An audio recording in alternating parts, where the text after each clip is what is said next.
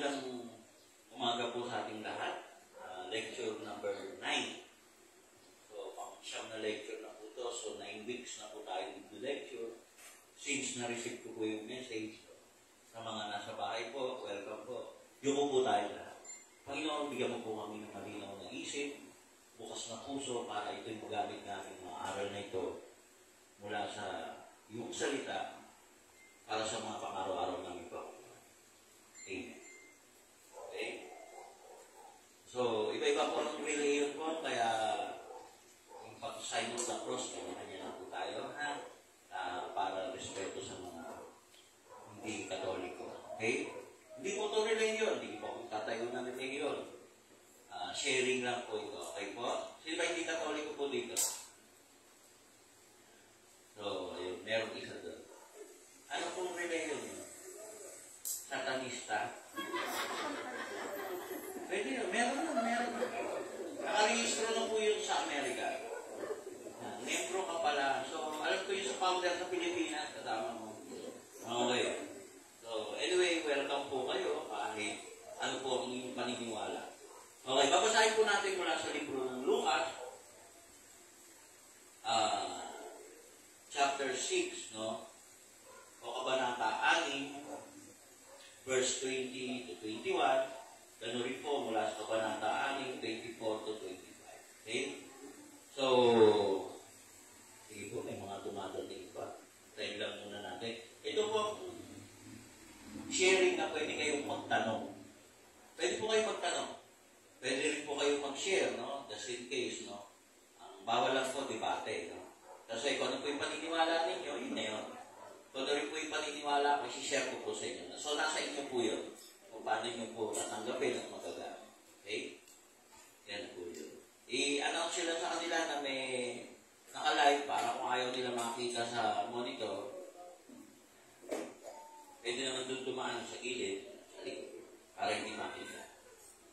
Dito, kitang-kita sila sa likod ko. So, pwede naman dyan sa gitna muna, for the meantime. Okay na? Kumalma na sila, kalma na. Wala sa Lucas po, no? Sino ba si Lucas? Ito po yung kasama po ni Apostol Paul. So, sabi po, sa Lucas, no? 6, no? 20. Ibayin po natin yung pagbasa, tapatan ko, ha? Kasi ito yung magulo kong binabasa ay hindi maintindihan. Kasi nakakatakot po ito, eh. Okay. Pinagpala kayong mga dukha sapagkat inyong kaharian ng Diyos. Sa kabilang banda naman po, sa 24, sinasagot po yan. Pinagpala kayong mga dukha sapagkat inyong kaharian ng langit. Ngunit, sabi sa kabila, kahabag-habag kayong mayayaman ngayon sapagkat tatamasan na ninyo ang kaginhawaan.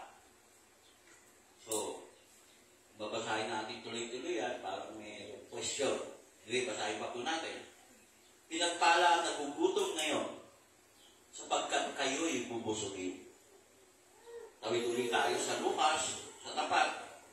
Kahabag-habag ang mga busog ngayon sapagkat kayo'y magugutom. Hindi po siya nagkokontrahan, bagkos sinasabi niya yung comparison. Pinagpala ang mga tumatangis ngayon sapagkat kayo'y magsisitawan. Sabi naman sa kabila, kahabag-habag kayong mga tumatawa ngayon sapagkat kayo'y magdadalamhati at magsisitawan.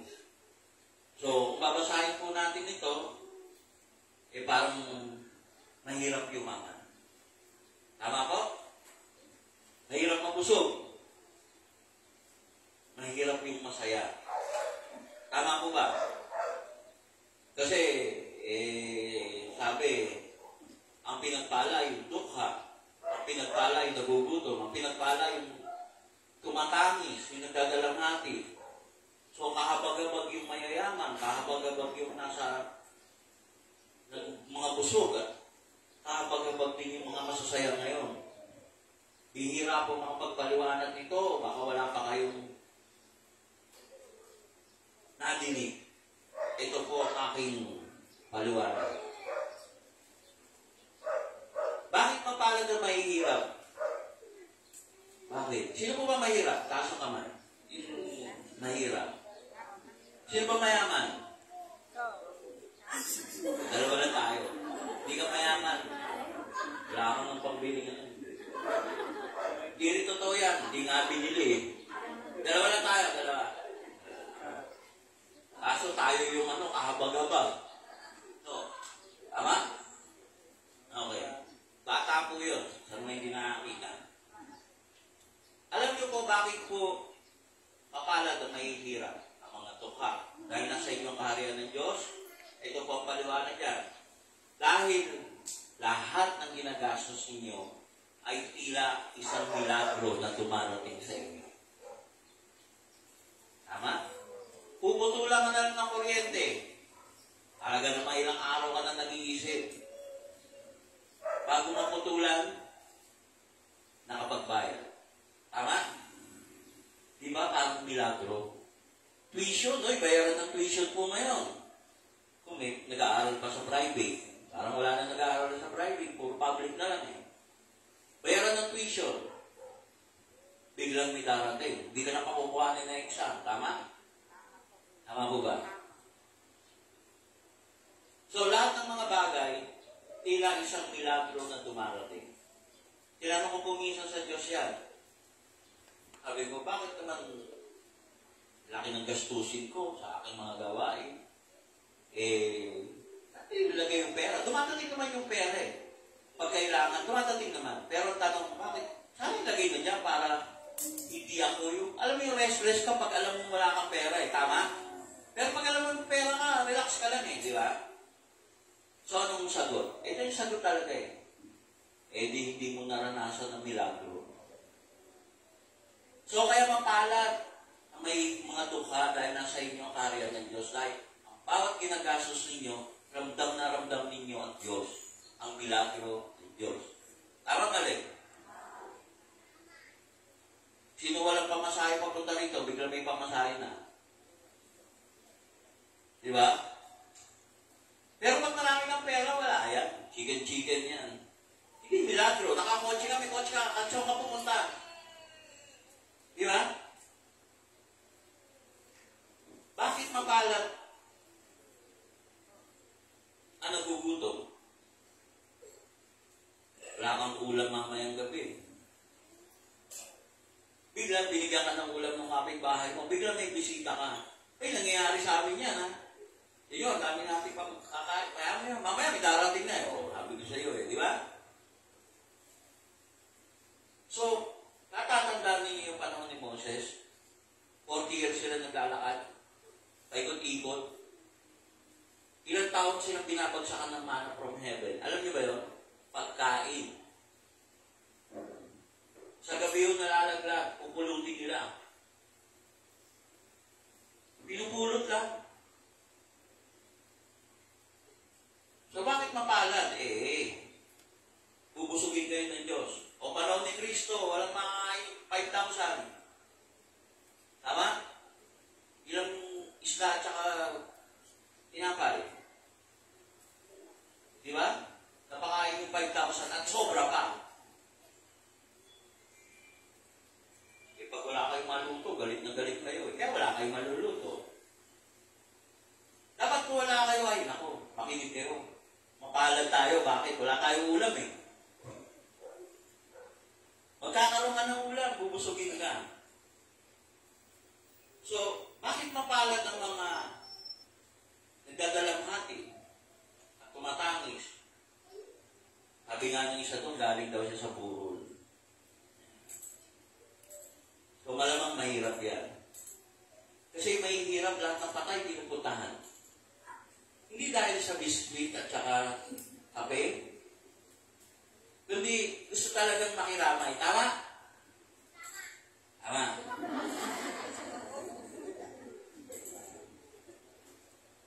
So, sa mga tweet po, ang mga mahihirap talagang nagdadamayan.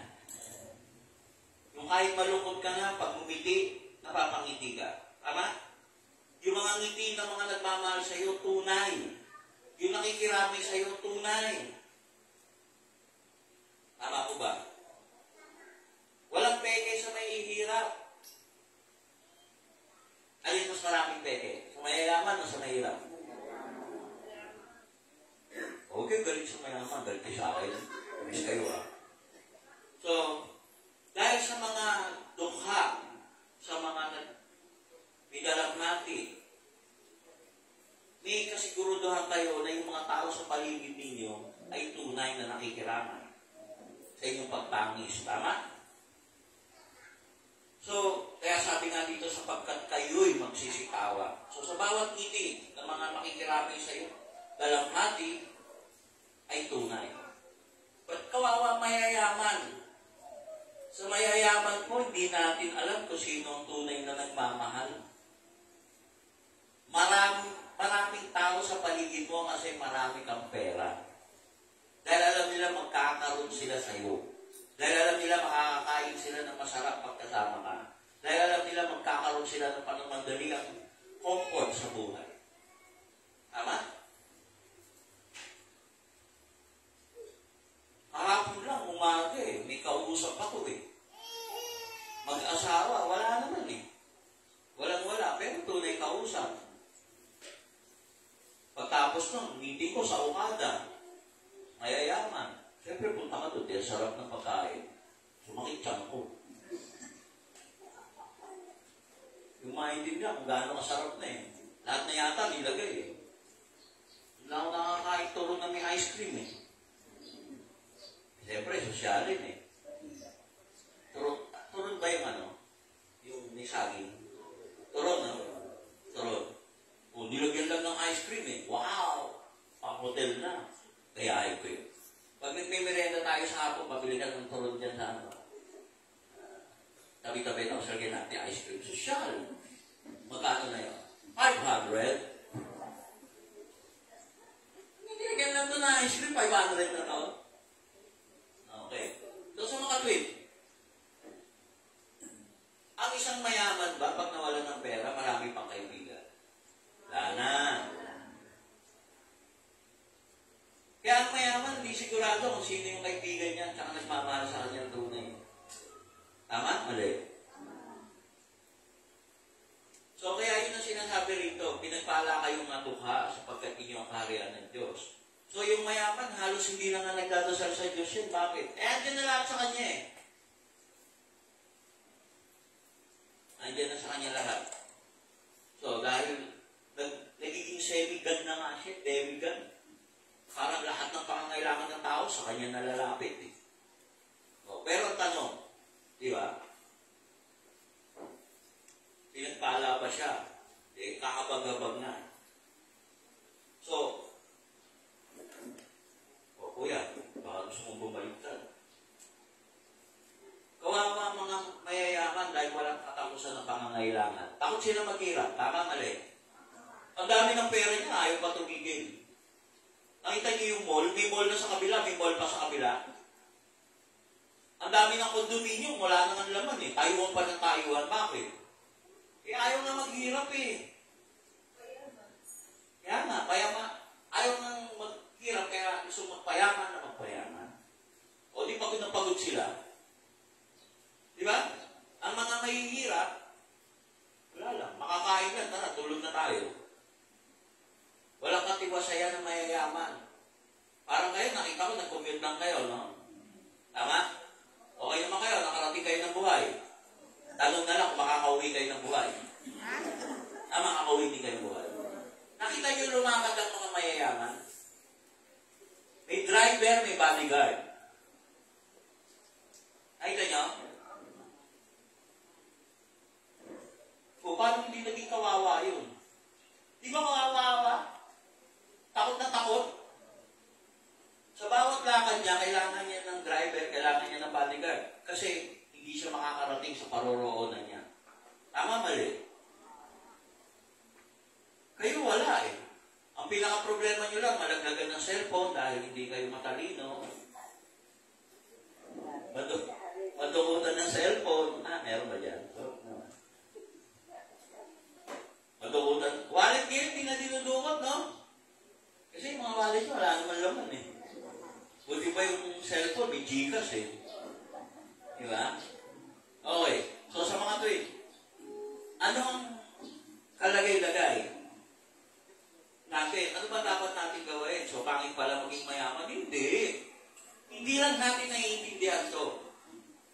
Ano dapat gawin? Ito ang pinaka-importante. Masama ba maging mayaman? O mas mabuti ba maging mahirap? Sagot doon pareho, hindi. Hindi masama maging mahirap at hindi rin naman mabuti maging mahirap. Hindi mabuti maging mahirap at hindi rin masama maging mayaman. Ang ibig sabihin ko, ito, pakinggan nyo na. Ang dapat ang mayaman ay nakikipagkapwa sa tao. Nakikihati sa pagtulong sa pangangailangan ng mga mahihirap.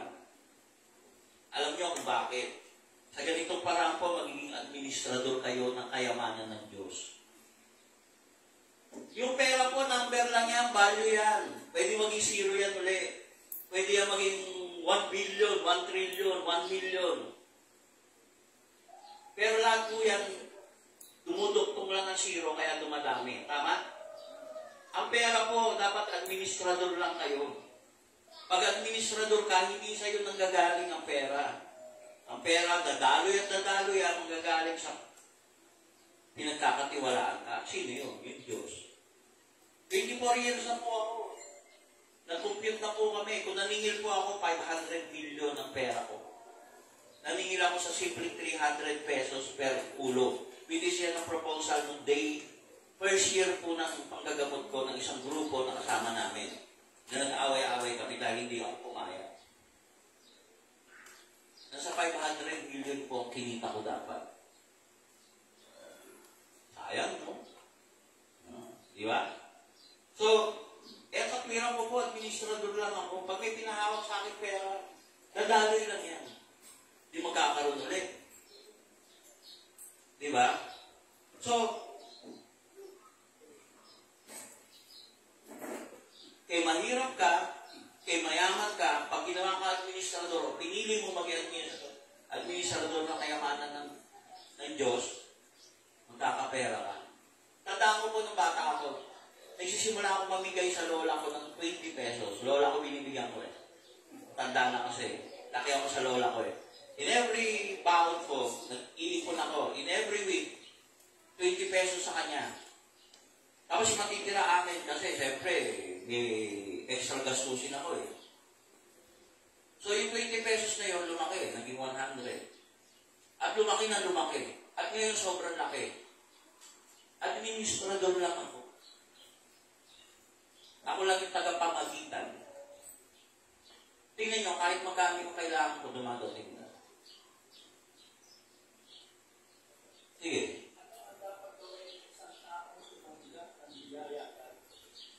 Lahat ng tumatanggap ng biyaya na galing sa Diyos, kailangan i-share mo. Kasi pag nag-share kayo, kumakalat. Kaya nga kung 100 ng ito 20. Ito 20 pesos. Kaya nga.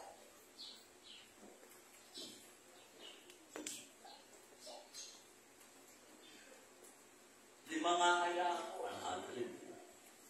Meron na dito dalawa, tatlo na lang. May nanunod ba sa atin? Ito na, galing sa atin. Bakit siya mo binibigay? Sa akin.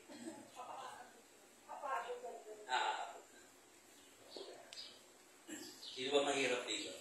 Taas ka man. O kanina, dami ng taas ang kawai.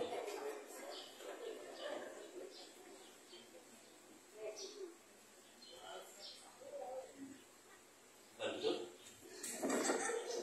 Magaling. Alive pala ako.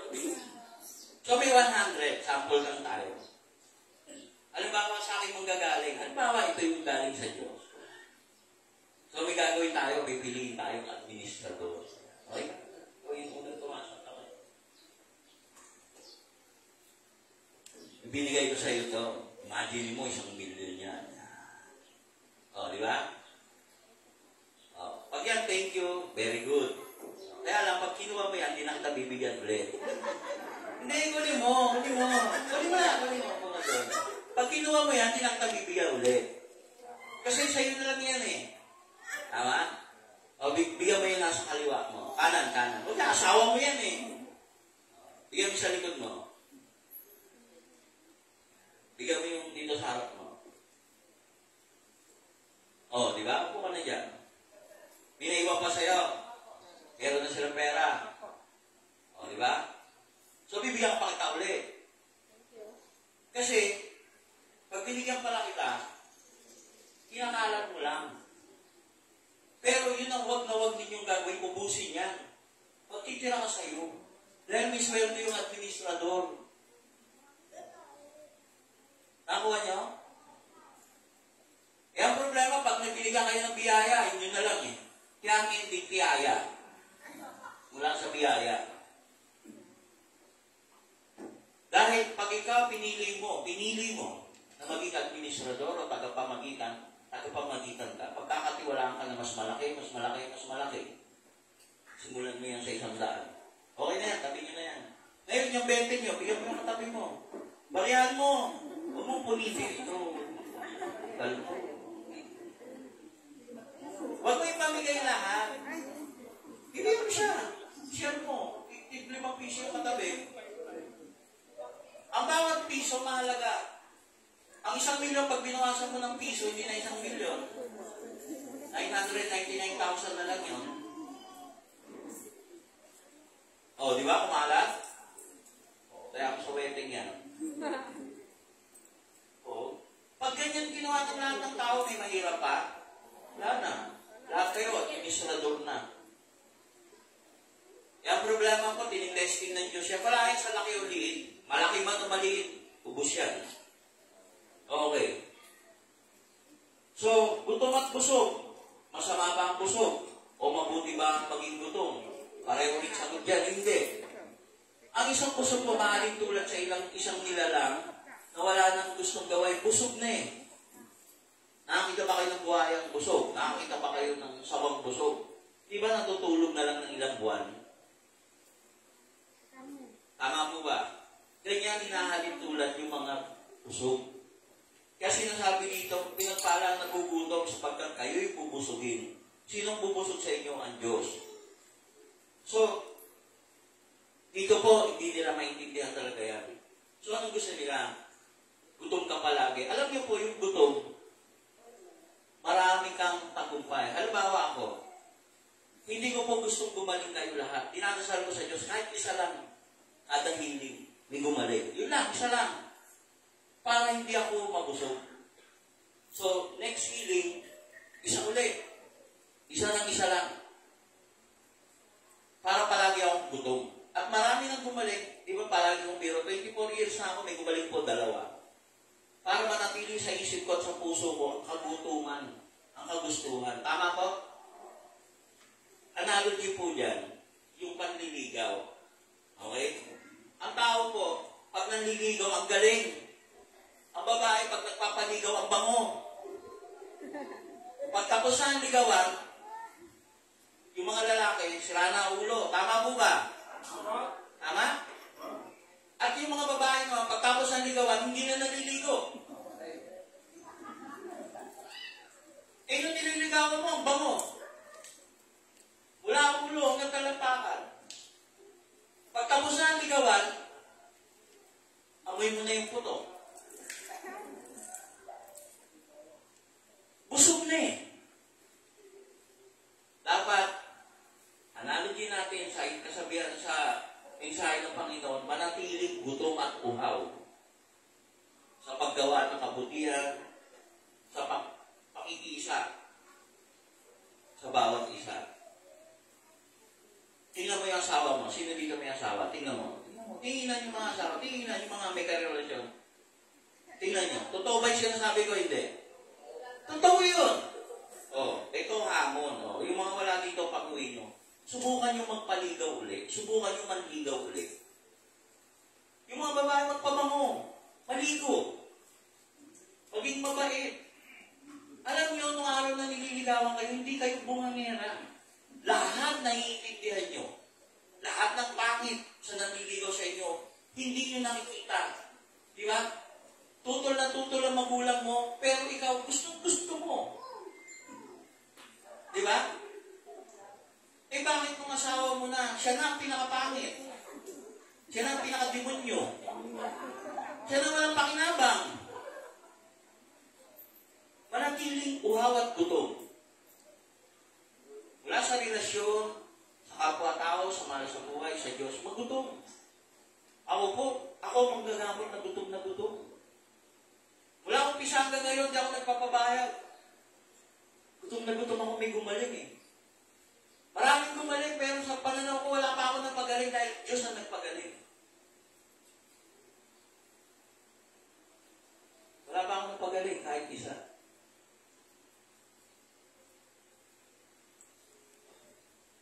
Ba't ako titigil? Baka bago matapos ang buhay ko, may mapagaling ako kahit isa. Yung ako mismo ang nagpagaling. Pero lahat para sa Diyos talaga.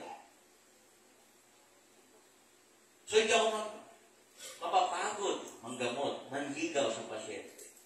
Sabi nila, haba-haba mo manggamot dahil gusto ko pong kasama kayo. Gusto ko nga dito na kayo tumira eh. Lakas kayo kumain, yun lang ang problema. Wala kayong food. Baka makulong kayo. Okay. Masaya. Ano gusto nyo? Masama ba maging masaya o mas mabuti ba nagdadalamhati? Ang sagot niyan, hindi. Hindi masama maging masaya. Lalo, hindi maganda maging dalamhati. Ano ibig sabihin nito? Dapat pag tagumpay kayo, tinatamasa ang tagumpay, sinishare mo. Ang problema, talo na nga yung tinalo mo, tinatawanan mo pa eh. May kilala akong ganyan eh. Tinalo na, lakas pa tumawa eh.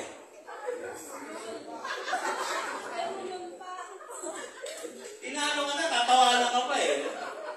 Sarap batukan eh. Okay. Alam niyo bang kada may nananalo, mas marami ang tumatangis?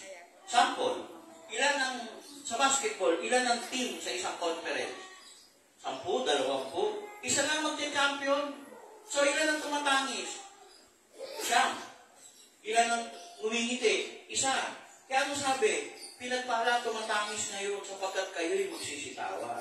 Kabagabag naman ang tumatawa ngayon sapagkat kayo'y magdadalamhati at magsisitangis. So, anong dapat sinasabi rin po sa Biblia? Sa Lucas 6 din, pero 35 na po yun, no? Love your enemy, do them good. Ano ibig sabihin? Pag kayo po tagumpay, i-share ninyo sa inyong tinalo. Meron po ako ito kwento sa inyo. Ano ang tunay na pinakamayaman na bansa sa buong mundo? Ano? Amerika.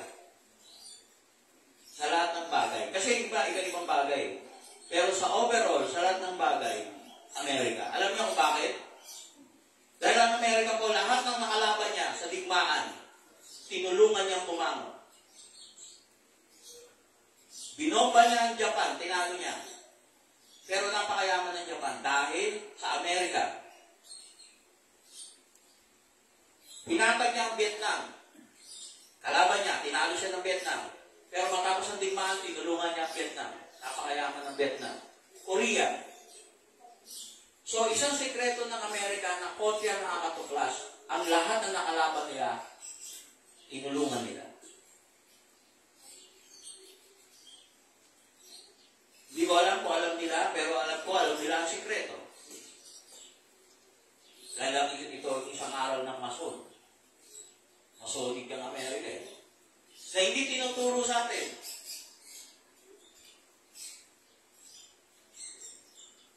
Tingnan yung Pilipinas, kakampi ng Amerika, hindi tayo tinulungan. Nakampi tayo eh. So maganda pala kalaban. Yun ang ibig sabihin. Sa gitna na inyong tagumpay kung sino ang pinalo nyo, dapat mahalin nyo. Tama? Nasya kayo, no? Ngayon nyo rin nadinig yun eh. Totoo po yun. History po yun. Ang tumulong sa Japan, Amerika, kalaban niya yan. Ang tumulong sa Vietnam, Amerika, kalaban niya yan. Ang tumulong sa Korea, Amerika. Kalaban niya yung baguhin natin yung sa South at saka North. Pinagatian ng Russia at saka Amerika. Dahil magkakampi ang Russia at Amerika noong World War II. So kung makikita ninyo, kaya hindi maghihirap ang Amerika. Dahil tama ang ginagawa niya. Gusto nyo hindi maghihirap sa mundong ibabaw? Mag-share. Tatapusin ko po ang aking lecture, ang pag-share po ng mga bagay-bagay na kung ano yung meron kayo ay isang mahalagang sangkap ng pag-ibig. Yan lang po ang tinuro ni Kristo, wala nang iba. Mandato niya, mahalin mo ang iyong kapwa. Kung paano mo minahal ang iyong kapwa, ganun mo ako minahal. So kung totoong umiibig ka sa Diyos, dapat marunong kang mag-share. Kaso nga, sinishare natin, problema. Sakit ng ulo. Tama? Anything good at kailangan ng tao, please do share. Gusto nyo maging masaya sa habang panahon? Share. Gusto nyo maging mayaman sa habang panahon? Share. Gusto nyo umiti, tumawa sa habang panahon? Share. Gusto nyo busog ang pamilya nyo? Share. Naiintindihan po ninyo? Yan yung po ako pinalaki ng aking magulang. Nagpatayo ako ng poultry at piggery, pinakakatay para ipakain sa tao. Kaya lugi. Kaaway kami ng tatay ko. Kaya tawanan niya ako. Sabi niya, hindi ka maghihirap sa ginagawa natin. Sabi ko, maghihirap ako sa ginagawa ko. Lugi. Bukod sa pinakain, naluya ka ng pang-ulam. Pag tinanong ko, asa pinagbilan doon, utang daw. Binenta daw niya, pero utang. Tapos hindi nang babayaran niya. So pinamigay, ang buhay. Yung mga kinatay, sabi ko, ay, yung mga kinatay, yan yung may sipon. Sabi ko, pa, kaya ikaw kayo may sipon. Katayin kaya kita. Pero tama siya, hindi naman ako naghihirap eh. So gusto niyo ng milagro mula sa Diyos, share. Ito po ang ibig sabihin. Hindi masama maging mayaman. Hindi masama maging busog. Hindi masama magtumawa. Ang mahalaga, whatever na meron kayo, share. Sinare niya yung maliit sa'yo, sinare mo yung maliit, sinare mo yung maliit, lahat kayo nag-share. Magsisimula kayo. Nagsimula ako sa 20 pesos. Ngayon po, malaki na ang tinutulong ko, but I never stop. Nagsimula kayo sa barya, tuloy-tuloy yan. Sanayin niyo ang sarili niyo. Sanayin ninyo ang mga bata. Sanayin ang bawat isa. Share. Tandaan niyo po yan. At hindi kayo mauubusan. Hindi na uubusan ang balon ng tubig dahil yan po ay hindi sinusuplayan ng Maynilad. Ang Maynilad po, natutuyuan yan. Ilang araw natutuyo. Ang balon, hindi. Bakit? Dahil ang tubig sa balon galing sa Diyos. Yan po yan. Yan po ating tatapusin. Ating po tanggapin ang balon ng pag-ibig ng Diyos at kayamanan ng